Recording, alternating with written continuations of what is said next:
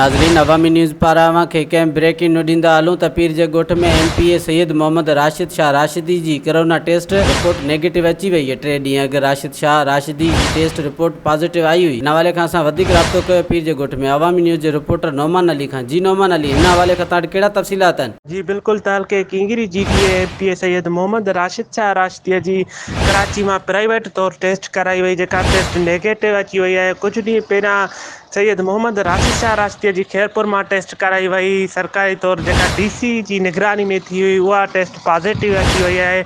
ऐं ज़रियनि पारां ॿुधायो थो वञे कुछ ॿियनि माण्हुनि भी कराची में टेस्ट प्राइवेट तौर कराई है, जिन जी नेगेटिव आई है। हाणे ज़रूरत इन ॻाल्हि जी आहे त जेके हिते 281 मरीज़नि जी पॉजिटिव टेस्ट ज़ाहिर कई वई हुई, उन्हनि जी भी प्राइवेट तौर कराई वञे त जीअं उहे भी इन ख़तरनाक सूरत हाल मां निकिरी सघनि ऐं परेशानी जे शिकार खां बची सघनि।